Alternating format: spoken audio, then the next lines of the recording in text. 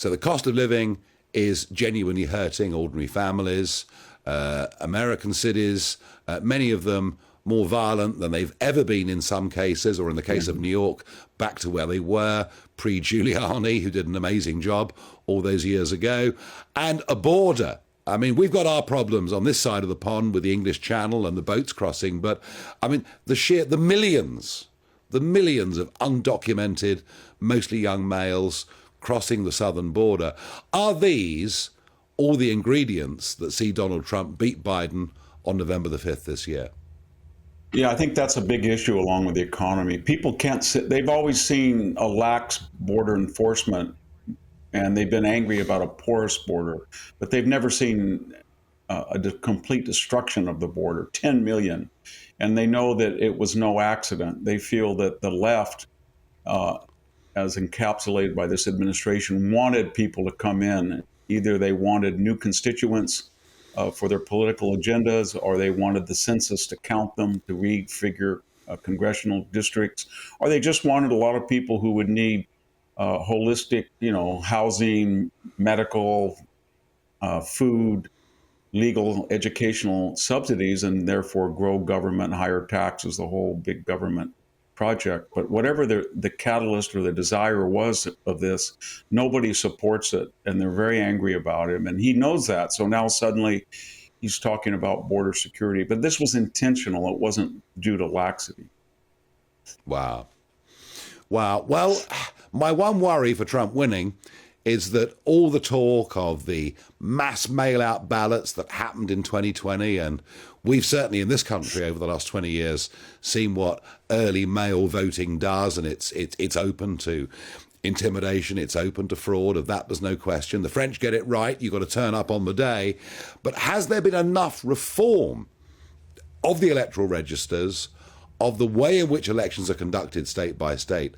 Has enough of that been done so that America can genuinely have what is seen by a big majority of Americans to be a free and fair election?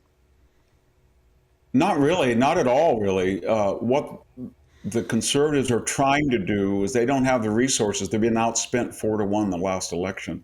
So they understand about the down ballot, which matters in Illinois or New York or California. The presidential is written off to the left. But in these swing states that will determine the election, the answer is no, they're not yet there. And we've had the biggest revolution in our history. Prior to COVID, 70% showed up on election day with IDs. And then under the ruse of COVID, the left got in the 70% inversion of mail-in balloting. And the error rate, that is the rate of rejecting ballots that were inauthentic or marred or somehow defective, it fell from a usual 4% or 5% down to 0.3, 0.4. So we doubled the number of mail-in ballots, and then the rate of rejection diminished by a magnitude. And the result was any Republican needed about a 4 or 5% lead in the polls to win on election day because of this late night influx of these mail-in ballots. It just swarmed them. Yeah, well, I have to say, as somebody who's a friend of Donald Trump, which I have been for some years, that's the biggest worry that I've got, the lack of reform. Now, Victor, before we let you go, please tell us about your latest book. It's a book called The End of Everything, and it looks at 4 case studies: Constantinople, ancient Thebes, Carthage, and the Mexican city Aztec of Tenochtitlan, how they were completely wiped out in a war. I don't mean defeated, I don't mean razed, I mean everything.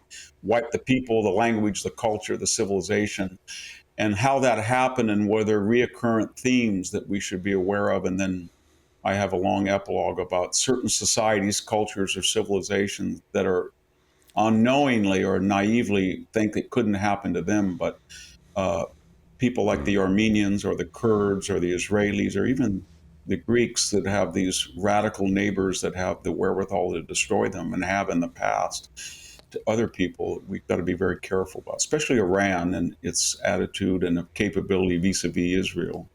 Well, that was Victor Davis Hanson, a really fascinating interview. Someone takes the really big historical view of just how much danger the world is in. And I also think that last couple of minutes on the fact that despite all the screaming and shouting, the American voting system has not being cleaned up. And goodness knows what that might mean over the course of the next year and more. But for that and everything else we're doing on a channel that is growing very quickly, go to gbnews.com/America.